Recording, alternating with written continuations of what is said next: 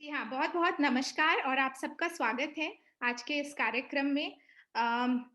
मैं शरण के साथ लगभग 1 साल से जुड़ी हुई हूँ और मेरे पति को एक ऑटो इम्यून डिसऑर्डर था जिसकी वजह से मैं शरण के लाइफ़स्टाइल और शरण की जीवन शैली को मैंने पालन करना शुरू किया और इसके पालन करने के 1 महीने बाद ही उनकी तबीयत काफ़ी बेहतर हो गई।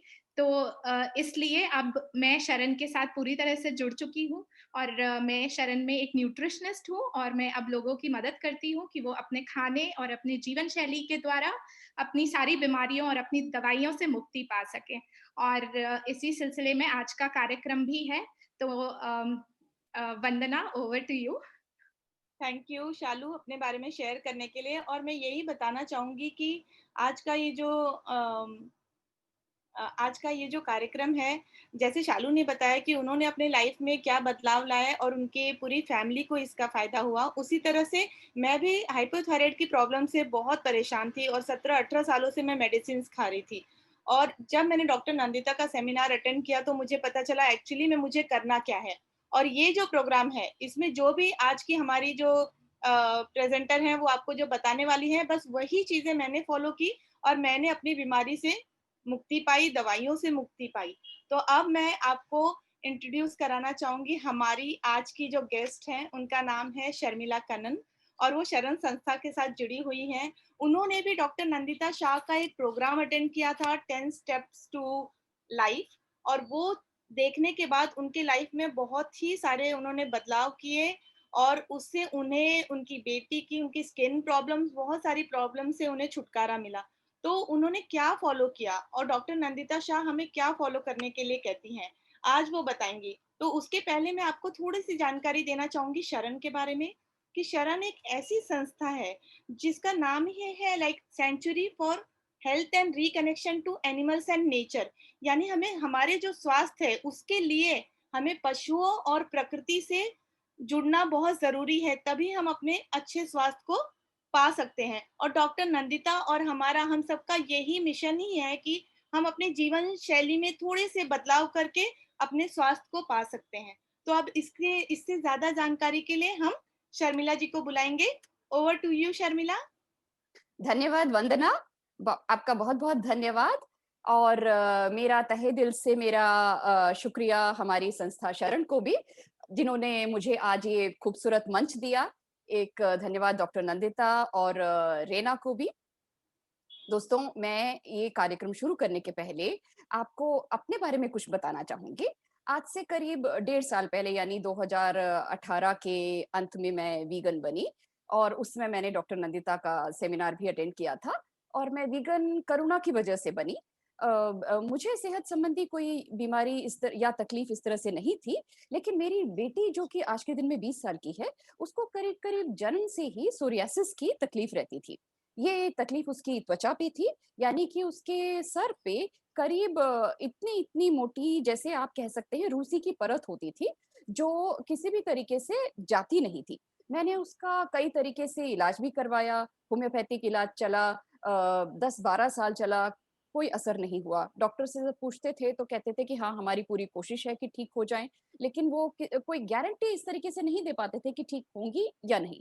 अब आप समझ सकते हैं कि हम जो पेशेंट होते हैं, हमारे मन में यही होता है कि हम कब ठीक होंगे? होंगे कि नहीं?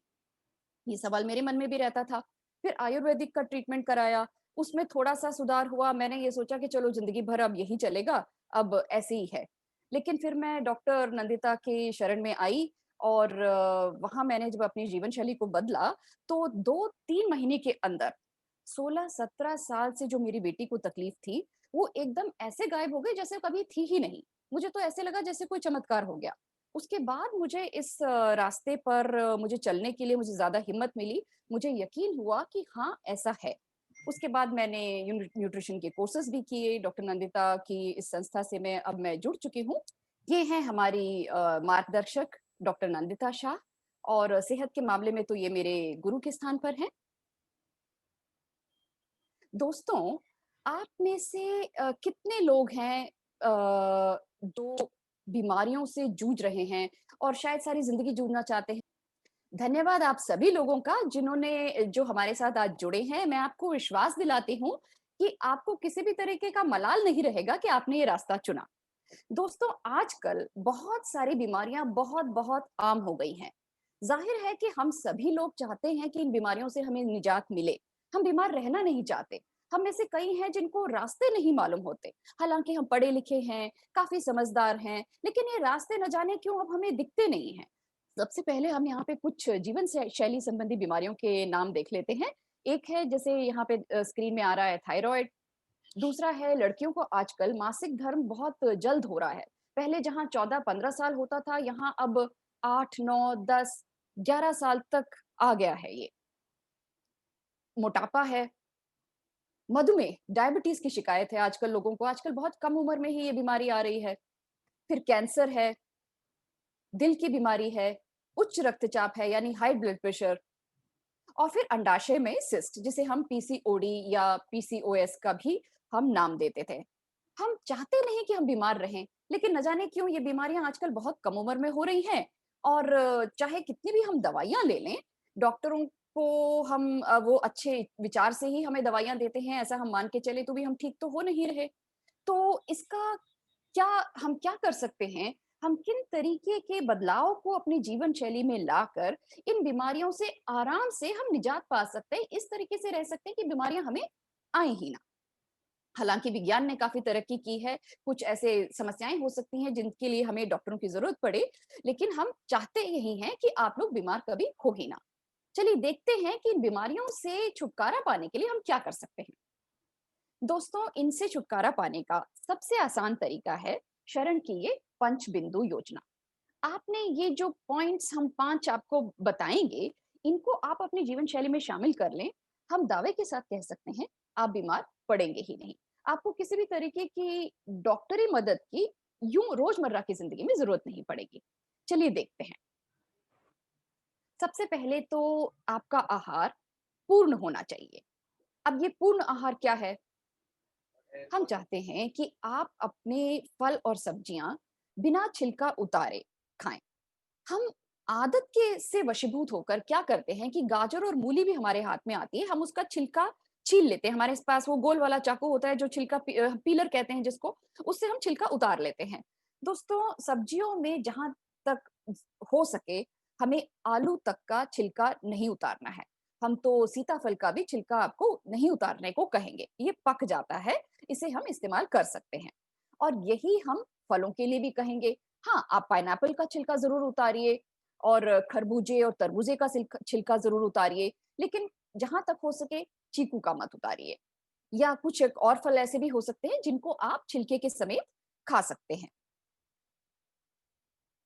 और हम चाहते हैं कि आप अपनी दाल भी ऐसी खाएं जिनमें दालों का जो छिलका है, वो छिलका उतरी हुई दाल ना हो। यानी कि उड़द धुली ना हो, या तो पूरी उड़द आप खाएं जिसको हम माँ की दाल कहते हैं, या तो आप उड़द छिलका खाएं।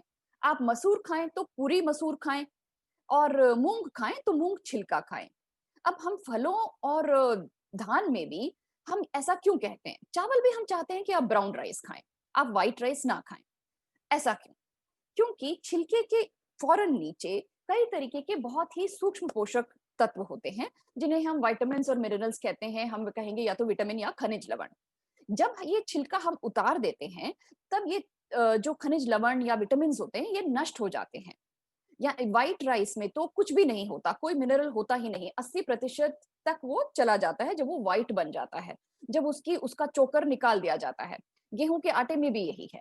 आप पूरे चोकर के साथ रोटी बनाएं, उसका चोकर आप ना निकालें। छान छान कर हम बहुत जो बारीक करके खाते हैं, वो आपने नहीं खाना है, क्योंकि हम नहीं चाहते कि आप इन तत्वों से वंचित रह जाए।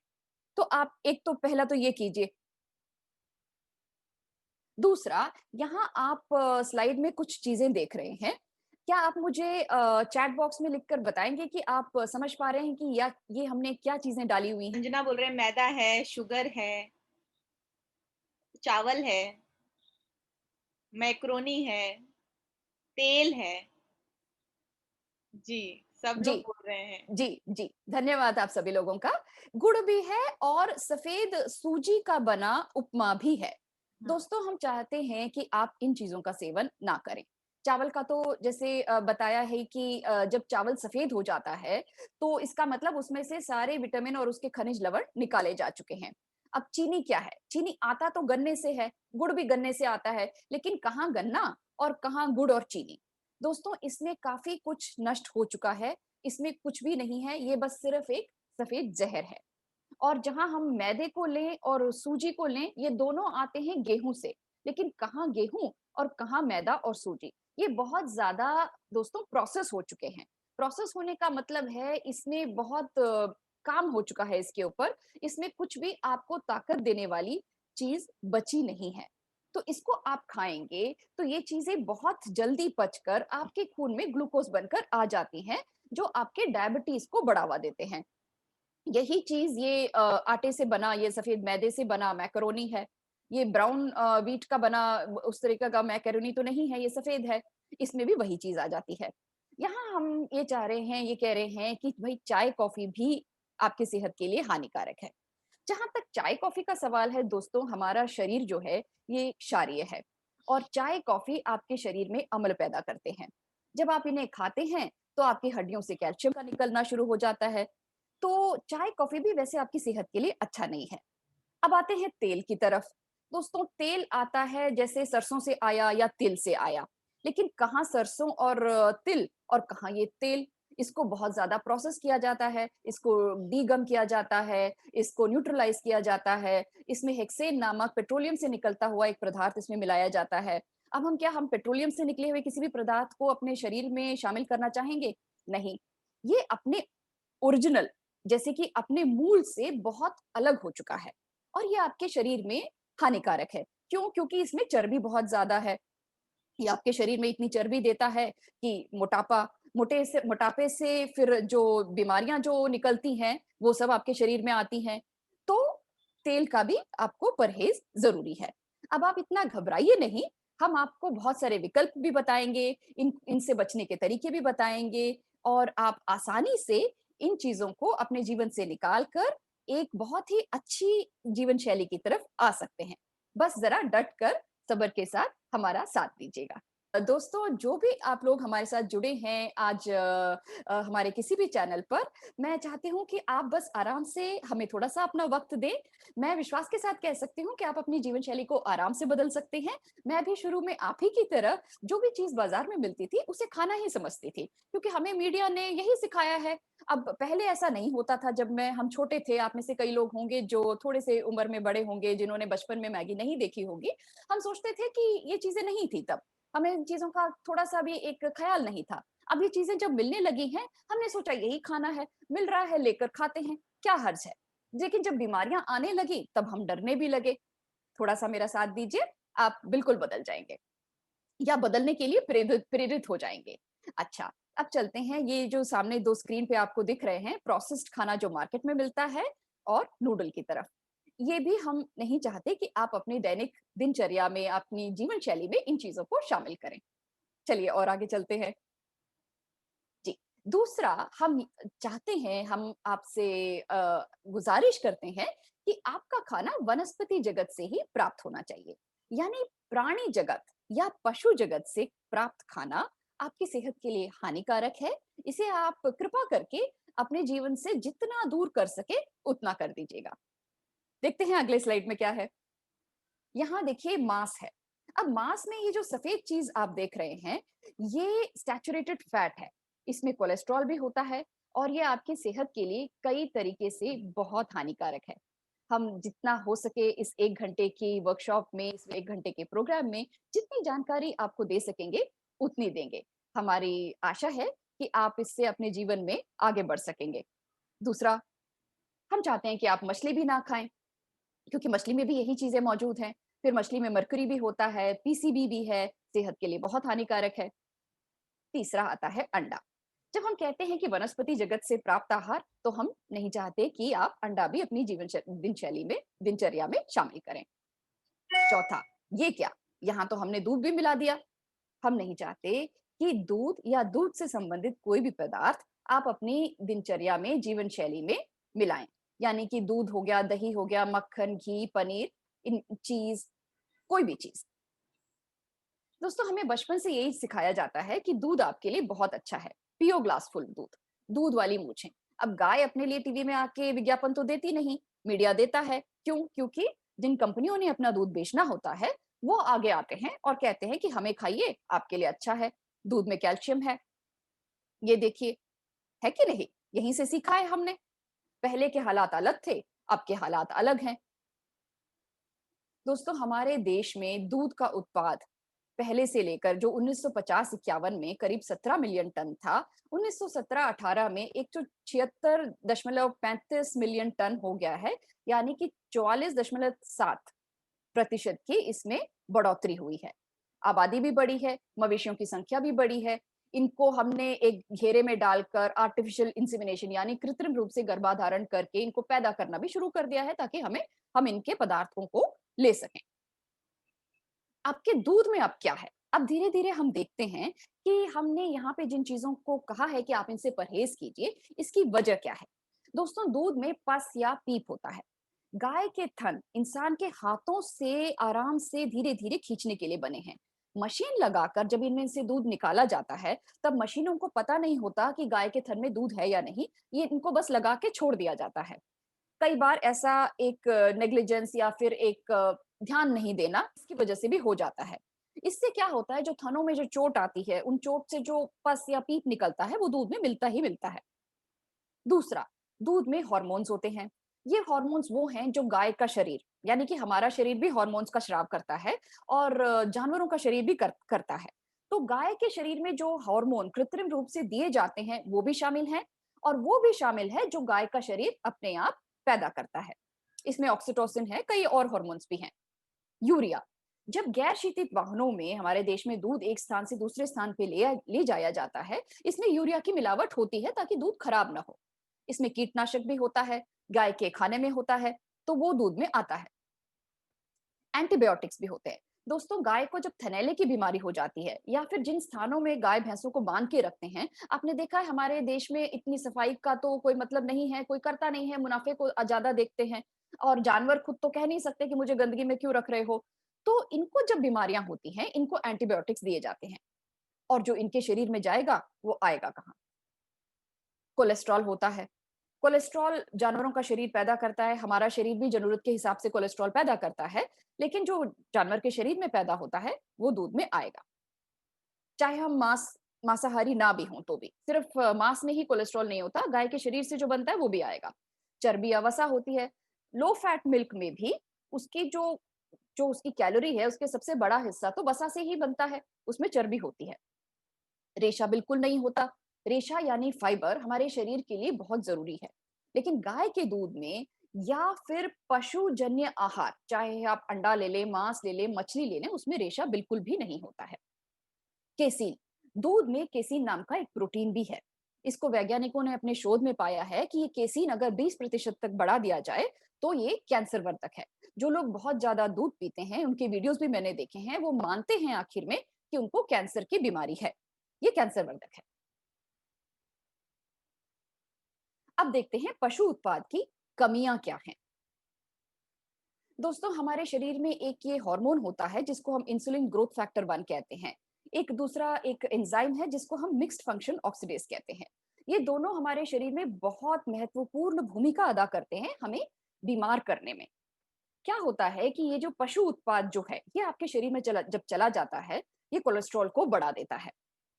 और हमारे ये जो 2 महत्वपूर्ण एंजाइम्स और एक ये हार्मोन जो बताया है, ये गड़बड़ा जाते हैं, इनका संतुलन बिगड़ जाता है। तो आप सोचिए जो हमने हार्मोन के असंतुलन से जो पैदा होने वाली बीमारियाँ हैं, जो इनफर्टिलिटी हो गया या जो बीमारियाँ हमने यहाँ बताई नहीं है, जैसे या थ बताई भी गई हैं, थायराइड हो गया या फिर ये जो इन्फ्लेमेटरी बाउल सिंड्रोम हो गया, कई सारी ऐसी बीमारियाँ हैं, जो फाइबर की कमी की वजह से या एंजाइम्स की गड़बड़ाने की वजह से ये हो सकती हैं हमें। रोग प्रतिरोधक क्षमता हमारे में अंदर बहुत कम हो जाती है। ये कैंसर वर्धक तत्वों को हमारे शरीर में समाने में बहुत महत्वपूर्ण भूमिका अदा कर देते हैं। ये उनको सिंथेसाइज करके, उनको मेटाबोलाइज करके हमारे शरीर में डाल देते हैं, जब ये गड़बड़ाते हैं।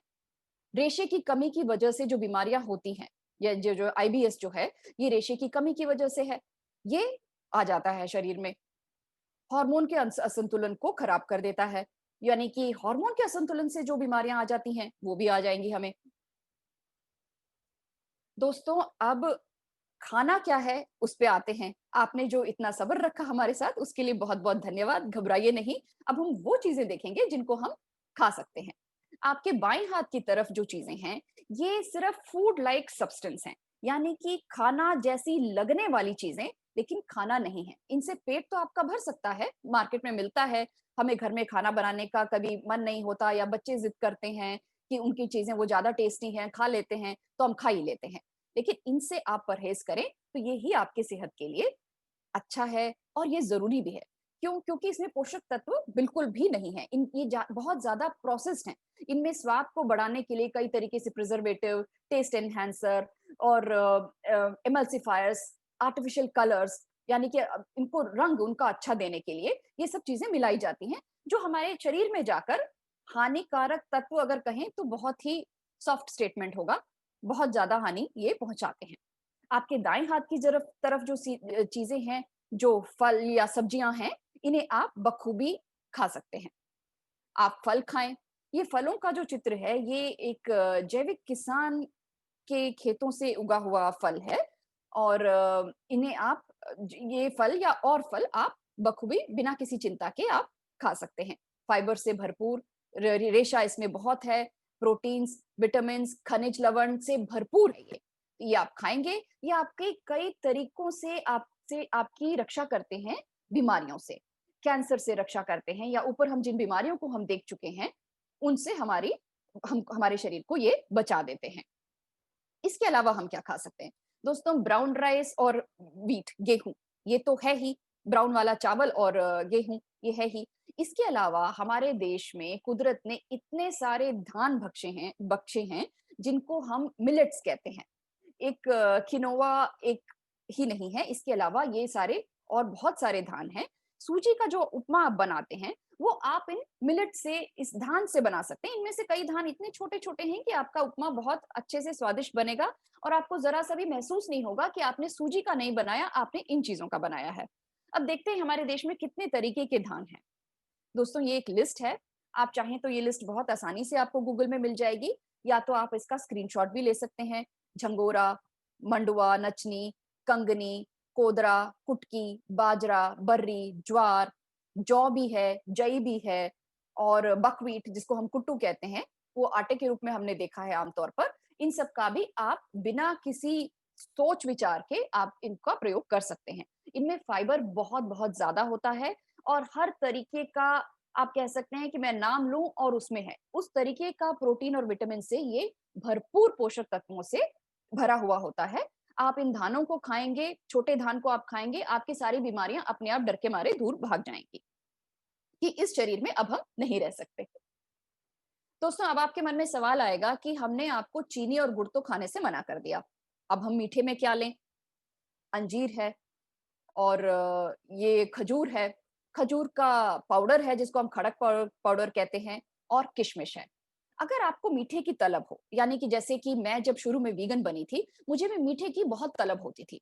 जब मुझे बाज़ार से खरीदी हुई, सच बताऊँ तो जलेबी का बहुत शौक था और मैं कई बार लेकर खा भी लेती थी। उनको जब मैंने छोड़ा, तो मुझे बहुत मीठे की तलब हुई। जब मैंने सोचा कि मैं अब डिसाइड कर चुकी हूँ कि मैंने नहीं खाना है, तो मैंने फलों को बहुत ज़्यादा कंज़्यूम खाना शुरू कर दिया। बहुत ज़्यादा फलों को खाया, फिर घर में अब मैं हमेशा अंजीर और किशमिश का एक स्टॉक डब्बे में रखती ही हूँ। जब भूख लगी, जब मन करा, तो थोड़ा-सा एक मुट्ठी लेकर मैं खा लेती हूँ। इसके अलावा हम कई तरीके की मिठाइयाँ भी बनाते हैं दोस्तों, जो इन चीज़ों के इस्तेमाल से बन जाती हैं। हमें गुड़ और चीनी की बिल्कुल ज़रूरत नहीं है। अभी आपको विश्वास नहीं होगा, आप करके देखें, आपको लगेगा कि मैंने छोड़ा तो कुछ गलत नहीं किया और I am not missing anything, किसी चीज़ की कमी नहीं है मुझे, मैं बिल्कुल ठीक हूँ। अब चलते हैं और आगे। दोस्तों, अब हमने आपको शुरू में कह दिया था कि चाय-पानी भी मत पीजिए। अब अगला सवाल आपका ये होगा कि अब सुबह उठें तो हम क्या पिएँ? आपकी दाईं तरफ एक इन्फ्यूज़न चाय है। इन्फ्यूज़न चाय यानी आप पानी गरम करके उसमें या तो लेमन ग्रास, नींबू की घास जिसको कहते हैं, वो डाल सकते हैं या फिर अजवाइन, तुलसी, अदरक, दालचीनी, इन सबको डालें तो, और कई चीज़ें हैं। इनको डालें तो आपकी चाय बन जाती है। आप पीकर देखें, शुरू में आपको लगेगा कि इसका स्वाद अलग है, लेकिन हर इंसान ज़िंदगी में किसी न किसी कदम पे कोई न कोई नई शुरुआत तो करता ही है। अब चाय भी हमारे पास कहाँ से आई? जब यहाँ अंग्रेज थे, तो हमारे देश में पहले चाय के बागान तो अंग्रेजों ने लगाए थे। वो चले गए, चाय छोड़ गए। अब हम चाय पी रहे हैं। तो ये हमारे से और हमने उसमें दूध भी मिला लिया। तो दूध वाली ये चाय हमारे शरीर के लिए बहुत हानिकारक है। एक तो ये है आपके पास विकल्प इस तरह की इन्फ्यूजन चाय पीने का। दूसरा ये है कि आप सुबह-सुबह 1 ग्लास स्मूदी पिएँ। स्मूदी माने 1 मुट्ठी कोई भी हरी शाक और 1 केला या 1 पपीते का टुकड़ा या इस तरीके से आप नॉर्मली केला यूज़ कर सकते हैं। इसको आप मिक्सी में पीसकर मिठास अगर आपको चाहिए तो थोड़ी आप किशमिश डाल सकते हैं या खजूर डाल सकते हैं। उसको आप पीजिए, आपका पेट काफ़ी देर तक भरा रहेगा, आपको भूख भी नहीं लगेगी और आप थोड़े घंटे आप आराम से इसको पीकर काम कर सकते हैं। फलों का एक बाउल भी आप ले सकते हैं, फ्रूट बाउल भी ले सकते हैं इसके साथ। अच्छा, तीसरा, अब हम आते हैं जैविक की तरफ। जैविक यानी ऑर्गेनिक। दोस्तों हम ऑर्गेनिक में यहाँ जो आप खेत देख रहे हैं दाईं तरफ, ये एक हमारे साथ एक जैविक किसान आज जुड़े हुए हैं, उनके खेत की तस्वीर है। हम चाहेंगे, हम आपसे यही सलाह करेंगे आप हमारी गुज़ारिश है कि आप खाना जो भी खाएँ, आप जैविक खाएँ। जैविक हम क्यों खाएँ दोस्तों? जब हमारा खाना खेतों में पकता है, हमारा ध्यान उस तरफ नहीं जाता, लेकिन 3 तरीके से आज के दिन में इसमें कीटनाशक और दवाइयाँ मिलाई जाती हैं। एक तो उगाने के लिए मिलाई जाती हैं, सिस्टेमिक पेस्टिसाइड या इंसेक्टिसाइड या फर्टिलाइज़र जो हम कहते हैं, वो तो है ही। इसके अलावा इसको पकाने के लिए भी राइपनिंग एजेंट जिसको कहते हैं, उसके लिए दवाइयाँ मिलाई जाती हैं। इसमें एक होता है जिसको हम कैल्शियम कार्बाइड कहते हैं, इसकी पोटली डाली जाती है। आपने ठेलों में देखा होगा, जो भी आम रखे होंगे, सारे आम एक समान पीले होते हैं। केले रखे तो एक समान पीले होते हैं। कभी सोचा है हमने कि ये एक समान पीला कैसे हो गया? अगर वन पक्व है, तो इसको इस तरीके से पीला नहीं होना चाहिए। बचपन में जो केले मैं देखती थी, उनका रंग भी अलग होता था और उनमें काले रंग के दाने भी होते थे। अब हम चाहते हैं हर चीज़ स्पॉटलेस हो। ये हमारे दिमाग में बिठाया गया है और फिर इसमें इनको चमकाने वाली चीजें यानी कि वैक्स जो डलता है विदेश से आप मंगाए गए फल या सेब आप खाएं तो उसमें वैक्स की कोटिंग होती है। हम आमतौर पे धो के उसको खा लेंगे, लेकिन ये तीनों चीजें अब जो मिलाई जा रही हैं सेहत के लिए बहुत बहुत हानिकारक हैं। हमारे साथ आज एक जैविक किसान जुड़े हुए हैं, जया मिश्रा जी। जया मिश्रा जी, आप हमारे साथ जुड़े और हमें बताएं कि आप इस खेती की तरफ कैसे आई। Over to you. Thank you. धन्यवाद। जया जी, आप हमें बताएं कि आप जैविक किसान कब और कैसे बने? नमस्कार शर्मिला, बहुत-बहुत धन्यवाद आपका, जो मुझे आपने आज आमंत्रित किया है इस मंच पर, शरण के मंच पर। और मैं एक जैविक किसान हूँ और देसी उत्पाद बाई जया के नाम से मैं इसकी अपने जैविक उत्पादों की मार्केटिंग करती हूँ। और मैं 10 और 11 साल से आज एक जैविक किसान हूँ और मैं फल, सब्जियाँ और अनाज उगा रही हूँ, इंटरक्रॉपिंग करती हूँ। पहले मैंने अपने परिवार और अपने मित्रों के लिए उगाना शुरू किया था। उसके बाद मेरे मन में आया कि मैं कुछ और लोगों की मदद कर सकूँ, उनको जैविक अपनाने के लिए मैं बता सकूँ, तो फिर मैंने पूरी जैविक फार्मिंग शुरू की। और मैं पहले जब मेरा कार्यकाल था, वो एक हेल्थ इंडस्ट्री से जुड़ी हुई थी, तो मेरे संपर्क में बहुत ही कम उम्र के बच्चे और लोग आते थे जिनका मैंने देखा कि वो काफ़ी भयानक बीमारियों से बहुत ही कम उम्र में जूझ रहे हैं। और इसका निष्कर्ष यही मैंने निकाला था कि ये हमारे जो खान-पान में हम सब्जियाँ खा रहे हैं या अनाज खा रहे हैं और वो केमिकल फर्टिलाइज़र से उगाए जाते हैं, तो इसके कारण ये हमारे शरीर में बीमारियाँ घर कर जाती हैं और हम धीरे-धीरे इन बीमारियों से ग्रसित हो जाते हैं। फिर यही एक कारण था कि मैं जैविक फार्मिंग में उतरी और अब मैं 11 साल से जैविक फार्मिंग कर रही हूँ। जया जी, हमें ये बताएं कि जो खाना उगता है और मार्केट में आता है, उसमें आम तौर पे किस तरीके के केमिकल्स, फर्टिलाइजर, पेस्टिसाइड वगैरह मिलाए जाते हैं? शर्मिला, जो आजकल कन्वेंशनल फार्मिंग है, उसमें हम रासायनिक खाद इस्तेमाल करते हैं। जो मेनली जो केमिकल फैक्ट्री वेस्ट है उनसे बनाया जाता है। और इसमें जो फैक्ट्री वेस्ट है उसमें लेड है, कैडमियम है, क्रोमियम है, रेडियो एलिमेंट्स हैं, निकेल है, लेड है, जो हमारे उपज को बहुत ही तेजी से बढ़ावा देते हैं। ये हमारे पैदावार को बढ़ा देते हैं, लेकिन इसके हमारे शरीर में पहुँचने से हमारे शरीर में जो बीमारियाँ आ जाती हैं, उसमें हमारा स्किन एलर्जी, ब्रेन डैमेज, हमारे लिवर को इफ़ेक्ट, हमारी किडनी इफ़ेक्ट होती है लॉन्ग टर्म में। लोगों को ये नहीं पता चल पाता है कि हम खा रहे हैं और हम बीमारियों से ग्रसित होते जा रहे हैं, इसका कारण क्या है? इससे हमारे शरीर में ये जो फैक्ट्री वेस्ट है, ये जब लॉन्ग टर्म में हमारे शरीर में पहुँच जाता है, तो मेन इसका कारण यही है कि हमारे शरीर को बीमारियों से भर देता है। और जो ये केमिकल फर्टिलाइजर्स हैं, ये जो हमारे मिट्टी के जीवाणु हैं, उनको नष्ट कर देते हैं। जो मिनरल्स है, उसको खत्म कर देते हैं। जो नेचर से न्यूट्रिशन वैल्यू उस पदार्थ में मिलने चाहिए, उसको नष्ट कर देते हैं और सिर्फ पैदावार बढ़ाने में उसकी हेल्प करते हैं। जया जी हमें ये बताएं कि ये जैसे आम तौर पे एक कस्टमर जो है हमारे जैसे बंदा जो मार्केट में जाता है उसको जैसे कैसे पता चले कि ये जो बेचा जा रहा है ये ऑर्गेनिक ही है? इसके ये लिए सवाल कई मैं लोगों के मन में आता है। मेरा सभी से ये अनुरोध है कि आप अपने खाने वाले पदार्थों को जानें। सबसे पहले आपको अपने किसान को जानना होगा कि वो क्या कर रहा है, वो खेती कैसे कर रहा है, क्या सच में ये पदार्थ जैविक हैं? आप उनके फार्म को विज़िट कीजिए। आप उन पदार्थों को जब अपनाना शुरू करेंगे, तो आपको अपने खाने में जो उसका स्वाद आएगा, वो आपको फ़र्क महसूस करेगा।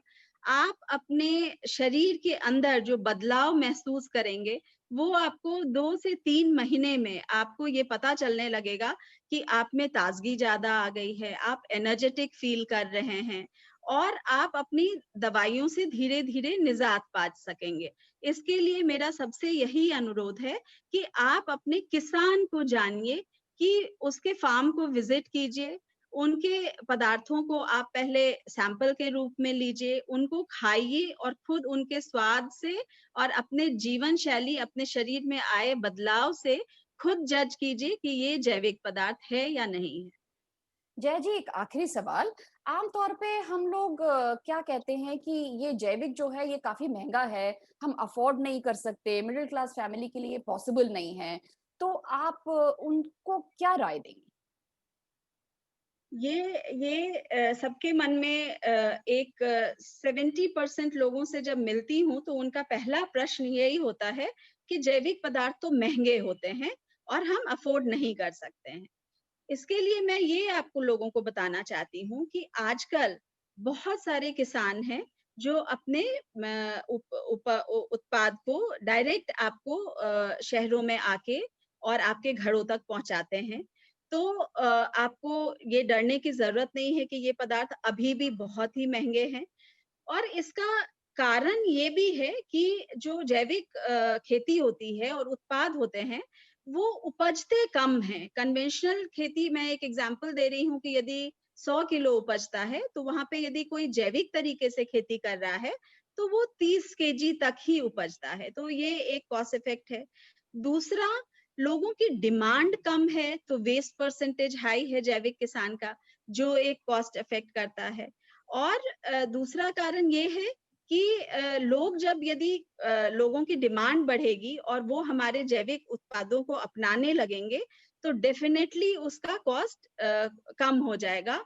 और मैं यही लोगों से कहना चाहती हूँ कि आप अपने जीवन शैली में जैविक अपनाएंगे, तो आज जिस इस भयंकर पेंडेमिक से हम गुजर रहे हैं, इस टाइप की आगे आने वाली भयानक बीमारियों से भी हम छुटकारा पा जाएंगे और डेफिनेटली हम कॉस्ट को कम कर पाएंगे। धन्यवाद जया मिश्रा जी आपका हमारे साथ जुड़ने के लिए। दोस्तों हम नमस्कार आगे बढ़ते हैं। शर्मिला। दोस्तों, अब हमने देखा कि हमें जैविक क्यों खाना चाहिए। जब हम उगने वाली सब्जियों को और फल को वक्त के पहले पकाकर मार्केट ले आते हैं, बढ़ती हुई आबादी की वजह से, सप्लाई की वजह से कि हमें देना ही देना है इतने लोगों को, तब ये प्रकृति से जिस तरीके के विटामिन और मिनरल को ले पाते हैं और पक पाते हैं, वो ये ले नहीं पाते। तो इसलिए इन खाद्य पदार्थों में पोषक तत्वों की बहुत कमी भी रहती है। इसलिए अब हमने देखा कि हमें जैविक किस लिए खाना चाहिए। दूसरा ये कि जो हम बुढ़ापे में या उम्र होते ही जो बीमारियों में जो खर्चा करते हैं, अब आप देखें कि कोविड के लिए भी डॉक्टर्स वगैरह हॉस्पिटल्स में कितनी हम पेमेंट कर रहे हैं। अगर हम इस तरीके से देखें कि हम दवाइयों से बच जाएँगे, उन पे जो खर्चा होता है वो हम क्यों ना जैविक पे करें, धीरे-धीरे इसमें हम आगे बढ़ें, तो हमारे देश के किसान भी प्रेरित होंगे कि हम जैविक उगा सकते हैं क्योंकि ये बिक जाता है। चलिए अब और आगे देखते हैं। चौथा हमारा जो बिंदु है, वो है बी12। ये एक बहुत ही ज़रूरी तत्व है हमारे शरीर के लिए। पहले दोस्तों जब हम प्राकृतिक जल स्रोतों के पास रहते थे और फल और सब्जियाँ पास में उगती थी, लोग ज़्यादातर गाँव में रहते थे, तो लिया और धोया और सीधा खा लिया या पौंछ के खा लिया। ये बी12 जो है हमारे शरीर में जीवाणुओं द्वारा बनाया जाता है और जो इंट्रिंसिक फैक्टर जिसे कहते हैं हम, जो हमारे शरीर में होता है, पेट में होता है, उससे द्वारा ये अब्ज़ॉर्ब हो जाता है, ये सोख लिया जाता है। अब हमारी जीवन शैली इतनी अप्राकृतिक हो गई है कि इस बी12 के बनने में बहुत हमें तकलीफ होने लगी है। जहाँ तक हमें खाद्य पदार्थों का सवाल है, वो हमें खाद्य पदार्थों से मिल सकता है, उन चीज़ों में जो कि खमीरीकृत होते हैं। यानी कि जैसे इडली डोसे का आटा हुआ या फिर गुजरात के कुछ डिशेज़ होते हैं, खमन ढोकला जो होता है, इसमें होता है, या फिर आप विदेशी देख लें तो किमची है, सौरक्रॉट है, इसमें बी12 है। लेकिन हम ये कितना खा लेंगे? इस बी12 की कमी की वजह से हमारे शरीर को बहुत नुकसान होता है। ये हमारे शरीर में लाल रक्त कोशिका बनाता है, डीएनए की प्रोडक्शन में हमारे उत्पाद में मदद करता है। एक तरीके का अनीमिया जिसको हम मेगालोब्लास्टिक अनीमिया कहते हैं, उससे ये हमें बचाता है। हमारे तंत्रिका तंत्र यानी नर्वस सिस्टम, ब्रेन और स्पाइनल कॉर्ड, इसकी सेहत यानी कि दिमाग की सेहत के लिए ये बहुत ज़्यादा ज़रूरी होता है। इसकी कमी से आप अपने आप को बहुत कमज़ोर महसूस करेंगे। अगर हमारे शरीर में कमी होती है तो। आपको किसी काम को करने के लिए ताकत नहीं रहेगी। याददाश्त की कमी हो सकती है। वज़न आपका घट सकता है। अनीमिया हो सकता है। भ्रमित रहना यानी कि ख़्यालों में एक स्पष्ट ख़्याल मन में ना आना, एक तरीके से पैरानॉइड होना या कन्फ्यूज़ सा रहना कि हम क्या करें, क्या ना करें। साँस लेने में तकलीफ़ आ सकती है। बहुत ज़्यादा कमी हो तो दिल का दौरा भी पड़ सकता है। एलर्जीज़ हो सकती हैं हमें स्किन पे कई तरह से। ये दोस्तों हमारे शरीर में चाहे आप मांसाहारी हों या शाकाहारी, इसको सप्लीमेंट करना पड़ता है क्योंकि अगर आप अपनी टेस्ट कराएँ, तो ये कम निकलता है बहुत लोगों का, तो इसकी आप सप्लीमेंट कीजिए। अगर आप सप्लीमेंट के डोसेज वगैरह को देखना चाहते हैं, समझना चाहते हैं, तो हमारी आपसे गुज़ारिश है कि हमारी शरण की जो वेबसाइट है, उस पे आप जाएँ। वहाँ पर आपको बी12 का कितना लेवल हो, कितना स्तर हो, तो कितना सप्लीमेंट करना है, ये आपको मिल जाएगा। लेकिन इसके पहले आप बी12 की जो कमी है, इसको आप टेस्ट करा लीजिए। आते हैं अब 5वें बिंदु पे, डी3 पर। दोस्तों ये डी3 जो है, ये हमें सूरज से मिलता है। इसको हम सूरज का विटामिन भी कहते हैं। जब आप सूरज की रोशनी में रहते हैं, तब आपका शरीर इस डी3 को बना लेता है। ये दरअसल में एक हार्मोन है, जो अगर आप रोज 15-20 मिनट, सप्ताह में आप 5 दिन भी कर लीजिए, सूरज की रोशनी में रहें। उस समय आपके शरीर पे कोई क्रीम, लोशन या फिर कपड़े से ढका हुआ शरीर नहीं होना चाहिए, सीधा सूरज की रोशनी आपके शरीर पर पड़नी चाहिए। आमतौर पे हम ये कहेंगे कि सुबह की रोशनी ज़्यादा ठीक रहती है, लेकिन ऐसा नहीं है कि अगर आप दोपहर में ही जा सकें तो वो खराब है। जो भी है, अगर आप सूरज से ले सकें, तो आपका शरीर इस डी3 को जितना ज़रूरी है उतना बना लेता है, क्योंकि ये अगर शरीर में आप सप्लीमेंट के द्वारा लेते हैं और ज़्यादा हो जाता है, तो वो भी खतरनाक है। तो सूरज से लेते हैं अच्छा है, वरना आप 6 महीने में एक बार डी3 और बी12, सिर्फ ये 2 चीज़ें ऐसी हैं जिनको आप इस जीवन शैली में आपको सप्लीमेंट करना पड़ेगा और किसी चीज़ की आपको ज़रूरत नहीं पड़ती है। डी3 की कमी के कारण आपको उच्च रक्तचाप, हाई ब्लड प्रेशर हो सकता है, डायबिटीज़ हो सकता है, डिप्रेशन, मानसिक बीमारियाँ। आप में से कइयों ने नोट किया होगा, अगर सूरज नहीं होता, तो जिस दिन नहीं होता उस दिन हम बहुत दुखी से थोड़ा लो फील करते हैं, हमारे में एनर्जी नहीं होती, कुछ करने का मन नहीं होता। क्यों? क्योंकि सूरज आमतौर पे जीवनदाता माना जाता है। कई प्रकार के कैंसर, ऑस्टियोपोरोसिस, ऑस्टियोपीनिया यानी कि हड्डियों में कैल्शियम का कम हो जाना या हड्डियों का पतला हो जाना या स्व प्रतिशत रक्षित रोग, जिनको हम ऑटो इम्यून डिसऑर्डर्स कहते हैं, ये हमें आ सकते हैं। माफ कीजिएगा। सो इसलिए B12 और D3 की कमी आप अपने शरीर में ना होने दें। ये हमें D3 जो है, ये खाने से तो नहीं मिल सकता, तो या तो आपको ऊपर से सप्लीमेंट करना है या आपको धूप में सूरज की रोशनी में 15-20 मिनट सप्ताह में करीब 5 दिन अपनी त्वचा को दिखाना है। त्वचा का जो भी हिस्सा दिख जाए सही है। अच्छा दोस्तों, अब आते हैं विकल्प की तरफ। आपने इतनी देर हमारे साथ जो सब्र रखा, उसके लिए बहुत-बहुत शुक्रिया। अब आप ये सोच रहे होंगे, भई हम इतनी सारी चीज़ें छोड़ दें, तो खाएँ क्या? दोस्तों, यहाँ जो डिश हमने दिखाई है, ये वीगन है और पनीर के बदले टोफू का प्रयोग करके बनाई गई है। सोयाबीन से टोफू हम आसानी से घर पर बना सकते हैं और इनसे आप पालक पनीर, मटर पनीर या चाहे आप पनीर के जिस भी डिश का नाम लें, आसानी से इनको बना सकते हैं। स्वाद में भी खाने वाले को इतना कुछ पता नहीं चलता है कि आपने पनीर के बदले टोफू का प्रयोग किया है। अब आते हैं दूध की तरफ। कईयों को ये चिंता होगी कि अगर हम दूध भी छोड़ दें, तो हमें चाय तो दूध से पीने की आदत है, अब क्या करें? दोस्तों, मूंगफली से दूध बनता है, ओट्स यानी जई से दूध बनता है, नारियल से दूध बनता है और बादाम से भी दूध निकाला जा सकता है। हम इन्हीं चीजों से दूध निकालकर, सोयाबीन से भी दूध निकलता है, इनसे हम दूध निकालकर दूध की अपनी सारी कमियों को पूरित कर लेते हैं। वैसे जब हम इन्फ्यूजन चाय और सुबह स्मूदी पीते हैं, हमें दूध वाली चाय की आदत, जो कि एक टाइम पर हमें बनी थी, उसे छोड़ने में बहुत मदद मिलती है। यानी यूँ कह सकते हैं आसानी से छूट जाती है।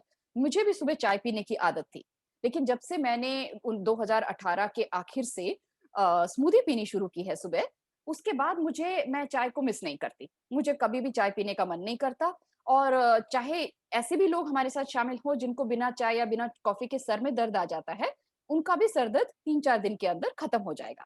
विश्वास रखिए। अब आते हैं थाली की तरफ। दोस्तों, इस थाली का जो ये इमेज इधर प्रयोग किया गया है, ये वीगन नहीं है, लेकिन इस तरीके की थाली वीगन बनाई जा सकती है। बिना दूध, बिना दही के आप सारे चीज़ें बना के खा सकते हैं।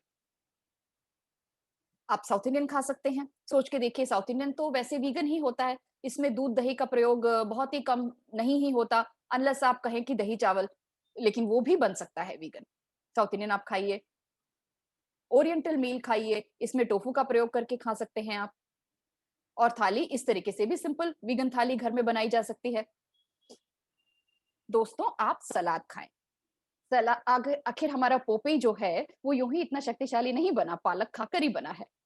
और सलाद का मतलब ये नहीं है कि सिर्फ़ आप 2 खीरे के टुकड़े या टमाटर के टुकड़े या प्याज़ के टुकड़े हम काट लें। आम तौर पे हम यही सलाद समझते हैं। यहाँ जो सलाद का इमेज हमने यूज़ किया है, ये वीगन है और ये आलू का सलाद है। दोस्तों, हमारे सलाद रेवोल्यूशन भी चलता है और हमारी जो संस्था है शरण, इसमें काफ़ी सारे कुकिंग क्लासेस हम करते हैं, जिसमें हम खान-पान बनाने के विभिन्न तरीके के पकवान बनाने की विधियाँ आपको सिखाते हैं। आप हमारे साथ शामिल होएँ, इन क्लासेस में हमारे साथ जुड़ें और इन सब चीज़ों को आप बनाना सीखें। फेसबुक पे हमारा सलाद रेवोल्यूशन चलता है, उसमें जुड़ें आप। कई तरीके के भरपूर सलाद, यानी कि इस तरीके का सलाद जिसको आप खाने के बदले प्रयोग कर सकें। आपने एक पूरा बाउल, एक पूरा प्लेट इस तरीके से सलाद का बनाया कि आपका पेट भी भर जाए और मन भी भर जाए। आप मेटाबॉलिकली भी फ़िल्ड हों और न्यूट्रिशनली भी फ़िल्ड, क्योंकि इसमें बहुत सारा फाइबर होता है और काफ़ी सारे पोषक तत्व भी होते हैं। पेट आपका भर जाएगा, आपको भूख नहीं लगेगी, आपको खाने का मन नहीं करेगा और जहाँ तक मिठाइयों का सवाल है, काफ़ी सारी वीगन मिठाइयाँ हैं, आइसक्रीम्स हैं, जो हम बनाना सिखाते भी हैं, बन सकती हैं। आप उन्हें बनाइए और उनका आनंद लीजिए। और हमारी भारतीय मिठाइयाँ, गाजर का हलवा तक वीगन बन सकता है। आराम से आप खा सकते हैं इनको बिना किसी गिल्ट फीलिंग के, अरे हमने ये खा लिया, अब इससे मोटापा होगा या इससे मुझे ये बीमारी हो सकती है, नहीं होगी। सेहतमंद रहिए, खुश रहिए और आपकी लंबी यात्रा में हम आपके साथ हैं। आपकी लंबी यात्रा की शुभकामनाओं के साथ नमस्कार और धन्यवाद आज जुड़ने के लिए। ओवर टू यू वंदना।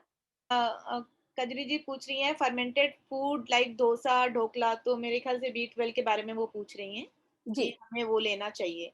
और what smoothie to drink in the morning, Saroj पूछ रहे हैं हम्म। कि हमें मॉर्निंग में क्या स्मूदी लेना चाहिए।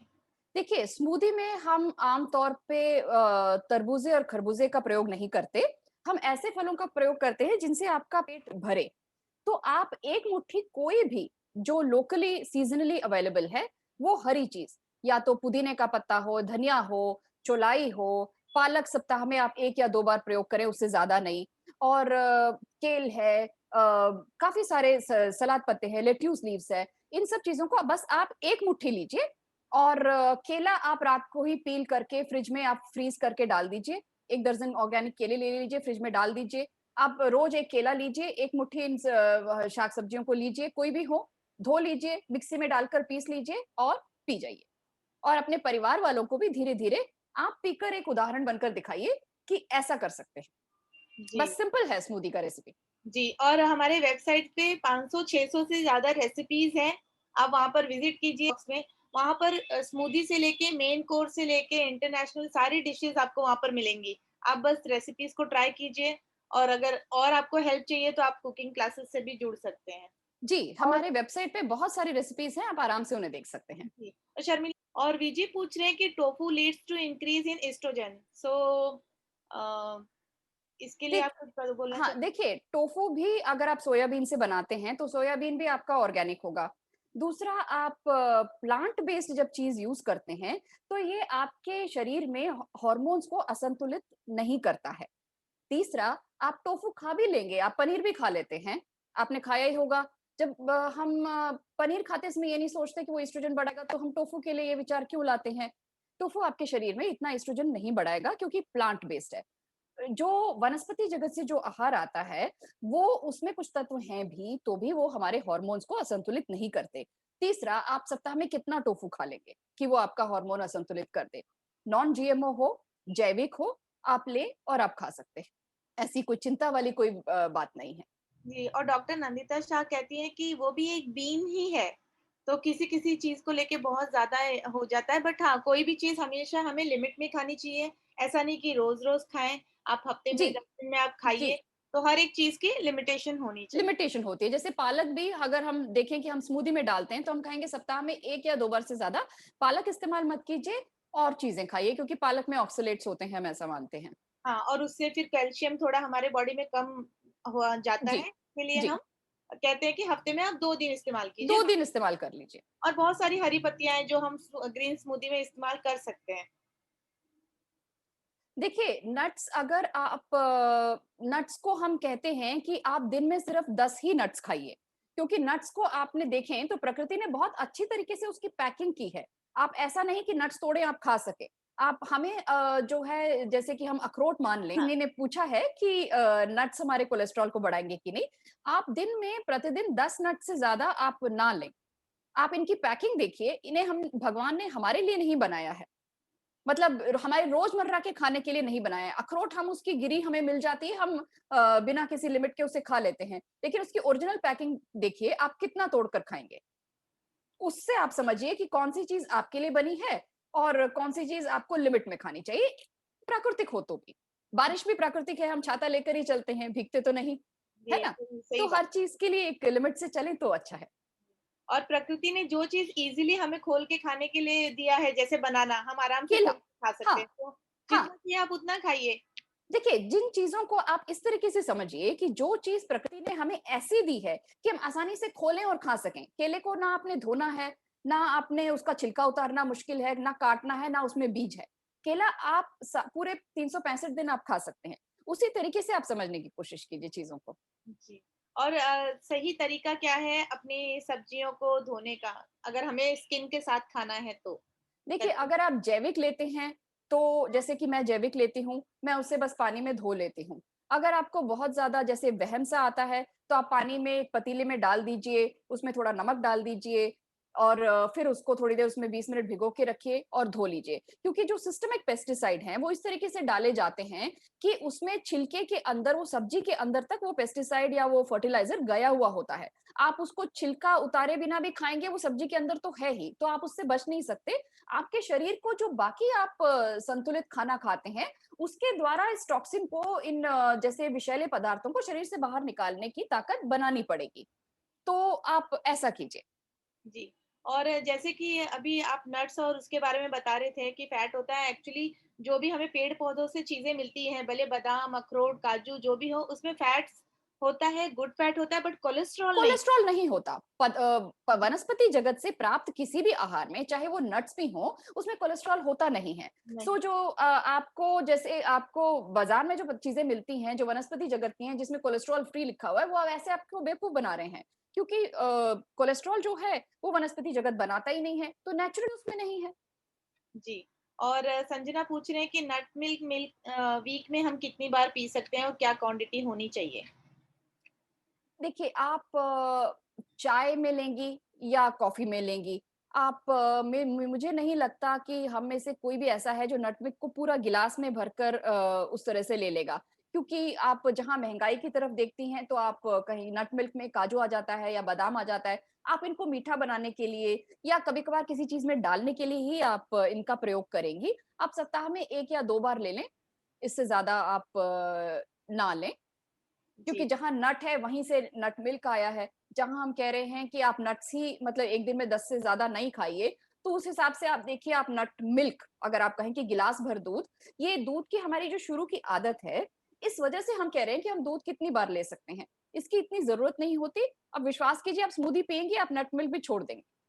जी। हमें दूध की बिल्कुल ज़रूरत नहीं है और जो नट्स की बात है, हमारी इतनी सारी रेसिपीज़ होती है, भले वो हाँ, चीज़ की हो, उसमें हम नट्स का इस्तेमाल करते हैं और करते हमें हैं। 1 दिन में 10 से ज़्यादा नहीं खाना है, तो हमें उसका ध्यान रखना है कि आप नट मिल्क भी पी रहे हैं, फिर आप तो कैश्यू से बना हुआ चीज़ भी जी, खा रहे हैं, बिल्कुल। तो ज़्यादा नहीं होना चाहिए। जी, ये नट मिल्क ज़्यादा नहीं होना चाहिए। आप हमारी रेसिपी साइट पर जाएँगी, आप बहुत सारे रेसिपीज़ उसमें देखेंगी, आप उसमें रेसिपीज़ आप बनाना शुरू करिए, आपको जैसे जो हमारी जो लगी हुई आदत है, उससे दूर हटने में बहुत हद तक मदद मिलेगी। जी। और शुड हनी बी कंज्यूम्ड? वर्षा पूछ रहे हैं, हनी। नहीं, हनी भी पशु जगत मतलब बीज़, हनी बीज़ से ही आता है, तो ये भी ठीक नहीं है। हम हनी भी रिकमेंड नहीं करेंगे। जी। और बेसन, कजरी पूछ रहे हैं, बेसन तो हेल्दी है, आप इस्तेमाल कर सकते हो। जी, बिल्कुल। जी। और संजना पूछ रहे हैं, can we have coconut milk? जी। कोकोनट मिल्क आप ले सकते हैं, लेकिन इसमें भी लिमिट रखिएगा, क्योंकि जब आप कोकोनट मिल्क लेते हैं, तो आपने उसका जो गूदा है, उसका जो फाइबर है, वो पूरी तरीके से निकाल दिया, राइट? आपने उसको मिल्क बना लिया। हम कोकोनट मिल्क से कई सारी मिठाइयाँ वगैरह, हम कई सारी चीज़ों में हम कोकोनट मिल्क यूज़ कर लेते हैं, तो आप इसे ले सकते हैं। थोड़ा-सा लिमिट रखिएगा, क्योंकि आप फाइबर उसमें से हटा चुके हैं। जी। पलविंदर जी पूछ रहे हैं कि बनाना से समटाइम्स उन्हें कॉफ़िंग होती है, तो कुछ और हम ले सकते हैं स्मूदी के लिए? जी, आप पपाया ले सकते हैं, चीकू ले सकते हैं। आप जो संतरा या फिर जैसे उस तरह से जब बहुत पानी वाले फल होते हैं, खरबूजा या तरबूजा, उन्हें हम स्मूदी में नहीं मिलाते। बाकी आप कुछ फलों का कॉम्बिनेशन, आप स्ट्रॉबेरीज़ लेना चाहें, पपाया लेना चाहें, चीकू लेना चाहें, इन्हें आप आराम से ले सकते हैं, इवन आप इनसे स्मूदी एप्पल बना डालें, सकते हैं। पाइनएप्पल डालो, ये सब चीज़ें आप हाँ, डाल सकते हो। पाइनएप्पल डाल सकते हैं। आप और सेब ट्राई अगर करना चाहें, सेब भी डाल के देखिए, जी। कोई हर्ज नहीं है। और अगर आप वाटरमेलन या मस्कमेलन की स्मूदी बनाना चाहते हो, तो उसे अलग बनाइए, उसमें कोई भी फ्रूट मिक्स मत कीजिए। हाँ, सिर्फ़ हम उनको वाटरमेलन या मस्कमेलन इसकी स्मूदी बना सकते हैं हरे पत्तों के साथ। हाँ, इनको बिल्कुल अलग से रखिएगा आप। जी। ओके। सुधा जी पूछ रहे हैं, मिल्क, टी, कर्ड सब मिलाकर कितना नट मिल्क कंज़्यूम कर सकते हैं होल डे? देखिए, नट्स ही आप 1 दिन में 10 से ज़्यादा नहीं खा सकते। जी। तो उस हिसाब से आप देखिए कि आप नट मिल्क आपके शरीर में कितना जाना चाहिए। आप इस जीवन शैली को पहले अपनाएँगी, इस रास्ते पर आएँगी, तो आपको मिल्क क्या, नट मिल्क, जैसे कि मैं हूँ, मैं बदली हूँ, मैंने अपने आप को बदला है, इसकी ज़रूरत आपको महसूस नहीं होगी। आप 1 दिन, 2 दिन आप नट मिल्क बना लेंगे, उसके बाद आपको लगेगा कि नट मिल्क नहीं चलने वाला, इसको छोड़ देते हैं, हम स्मूदी, इन्फ्यूज़न चाय को रखकर चलते हैं। 1 दिन में 10 नट से ज़्यादा आप नहीं खा सकते, तो उस हिसाब से आप देखिए। जी। कि आप कितना और नट मिल्क टी लेंगे। और कॉफ़ी के बारे में मैं बताना चाहूँगी कि टी और कॉफ़ी दोनों ही एसिडिक सॉइल में ग्रो होते हैं, तो जब भी आप वो पिएँगे आपका एसिडिटी लेवल कभी नीचे नहीं जाएगा, वो बहुत ही एसिडिक होता है। तो बेटर है कि चाय की पत्ती या कॉफ़ी का पाउडर आप इस्तेमाल नहीं कीजिए, जी, हमारे वेबसाइट पर विज़िट कीजिए और बहुत सारे ऑप्शन मिलेंगे आपको। जी, इसीलिए हमने इन्फ्यूज़न चाय और स्मूदी का बताया। जी, नहीं बिकॉज़ अभी वो काउंट कर रहे हैं कि टी में हम कितना डालेंगे, मिल्क में कितना लेंगे, कर्ड में, ऐसे काउंट करके खाने की ज़रूरत दोस्तों, नहीं आप है। अगर जैसे शुरू में बहुत ज़्यादा चिंता करेंगे कि हम जी, कैसे अपनाएँगे, तो जी, थोड़ा-सा आपको शुरू में बहुत इनसरमाउंटेबल कोई ऐसी मुश्किल लगेगी कि हम ये कर नहीं पाएँगे। आप एग्ज़ैक्टली। धीरे-धीरे, धीरे-धीरे कदम आगे बढ़ाएँ। मुझे भी शुरू में लगा था कि हे भगवान! मैं दिन में 2 कप जो चाय लेती हूँ, उसके बिना मैं कैसे रहूँगी? मैंने तो कभी ये स्मूदी पी ही नहीं। लेकिन जब आदत को हमने बदलना है और हमने सोच लेना है कि हमने ये बदल के रहेंगे, क्योंकि हम बीमारी मुक्त जीवन जीना चाहते हैं। इससे आपका परिवार का भी इम्यूनिटी लेवल बढ़ जाएगा, आप सलाद की आदत डालेंगे, आप स्मूदी की आदत डालेंगे, तो ये नट मिल्क हम ले सकते हैं। नट मिल्क हम पूछ ही इसलिए रहे हैं क्योंकि हमें दूध की आदत है, राइट? तो जी, वो हम आदत की वजह से हम ये सोच रहे हैं कि हम दूध ही नहीं छोड़ पाएँगे, तो अगर दूध छोड़ा तो हम नट मिल्क ले सकते हैं। आप चिंता मत कीजिए, धीरे-धीरे कदम आगे बढ़ाइए। किसी भी आदत को बदलने के लिए 21 दिन लगते हैं। आप रोज़ स्मूदी पीना शुरू कीजिए। थोड़ी मेहनत लगती है शुरू में उतनी हरी पत्तियाँ जमा करके रखने में, उतना केला लेकर रखने में, लेकिन आप लगेंगे तो कर पाएँगे, क्योंकि मैं कर पाई। तो सभी के लिए यही है। ओके और वर्षा पूछ रहे हैं green tea is fine? Green tea की हम सलाह नहीं देते, इन्फ्यूज़न चाय की सलाह देते हैं। हर्बल हर्बल ले सकते हैं हम, हर्बल टी, वही ज़्यादा इन्फ्यूज़न। मत लीजिए, अगर शुरू में देखिए अगर आपको बदलने के लिए ही लगता है, तो ठीक है, लेकिन हर्बल टी भी हम इसकी सलाह नहीं देते। हम इन्फ्यूज़न चाय यानी कि आपने थोड़ा-सा अदरक लिया, थोड़ी-सी तुलसी ली, थोड़ा-सा आपने कुछ और सिनेमन उसमें ले लिया, दालचीनी ले ली या लेमन ग्रास ले लिया। उनको आप डालकर एक बार इनका एक पाउडर बनाकर रख लीजिए या एक डब्बे में डालकर रख लीजिए, ताकि आपको सहूलियत हो, आपको ढूँढना ना पड़े किचन में। आप उनको चाय में डालकर उनकी चाय पीकर देखिए। जी, ग्रीन टी की संजना भी ज़रूरत नहीं है। जी, ग्रीन टी तो हम लेते ही नहीं है और हर्बल मतलब वही फ्रेश चीज़ें जो भी आपके घर में है, हाँ, आप डाल के हाँ, उसे बॉयल करके हर्बल मतलब इसी तरह से हाँ, इन्फ्यूज़न वाली चाय को ही हम आपको हाँ, रिकमेंड करेंगे। जी। तो कोकोनट मिल्क दिन में सॉरी कितने दिन कोकोनट दूध ले सकते हैं वीक में? संजना जी पूछ रहे हैं। तो दूध हमें कोकोनट मिल्क एक्चुअली नहीं पीना है। जहाँ पर भी आपको उसका इस्तेमाल करने की ज़रूरत हो, जैसे कि अभी बताया सॉरी शर्मिला जी ने कि आपको उसमें फाइबर नहीं है, तो फाइबर वाली चीज़ें हमें जिसमें भी फाइबर नहीं है, उसे कम लेनी है। देखिए, कोकोनट मिल्क जब आप बनाते हैं, तब उसका आप फाइबर हटा देते हैं। फिर अगर हमने फ़ौरन अगर उसके फाइबर से कोई चीज़ बनानी हो, तो हम उसमें उसमें इस्तेमाल कर लेंगे, वरना वो फाइबर तो हम फेंक ही देंगे ना। तो आपको वो चीज़ें खानी हैं, जो आपके शरीर में फाइबर को ज़्यादा करें। इसीलिए हम अंडा, मांस, मछली और दूध से बने पदार्थों से परहेज़ करने को कह रहे हैं, ताकि आपके शरीर में फाइबर जाता रहे। और ये जो फाइबर है, ये एक झाड़ू की तरह काम करता है। आपके शरीर से टॉक्सिन्स को, हार्मोन्स को, फैट को, सबको लपेट-लपेट कर बाहर निकाल देता है, जिससे आपको कॉन्स्टिपेशन नहीं होती, कई तरीके की बीमारियों से आप बच जाते हैं, आपके इंसुलिन को कंट्रोल में रखता है, आपकी डायबिटीज़ को जैसे इंसुलिन को कंट्रोल में रखेगा और खाने को धीरे से आपके स्टमक से स्मॉल इंटेस्टाइन में भेजेगा, तो आपकी डायबिटीज़ भी कंट्रोल में रहेगी। तो इसलिए आपको फाइबर की ज़रूरत है। और इसीलिए हम आपको हर उस चीज़ से दूर करने की कोशिश कर रहे हैं जो आपको फाइबर से दूर करता है। और आप इसको उस तरीके से देखिए। जी, विजी कश्यप पूछ रहे हैं, how do you cook without oil? Please speak to that. Coconut sesame oil is okay? देखिए वही ये बिना ऑयल के खाना बनाना भी एक आदत की ही बात है।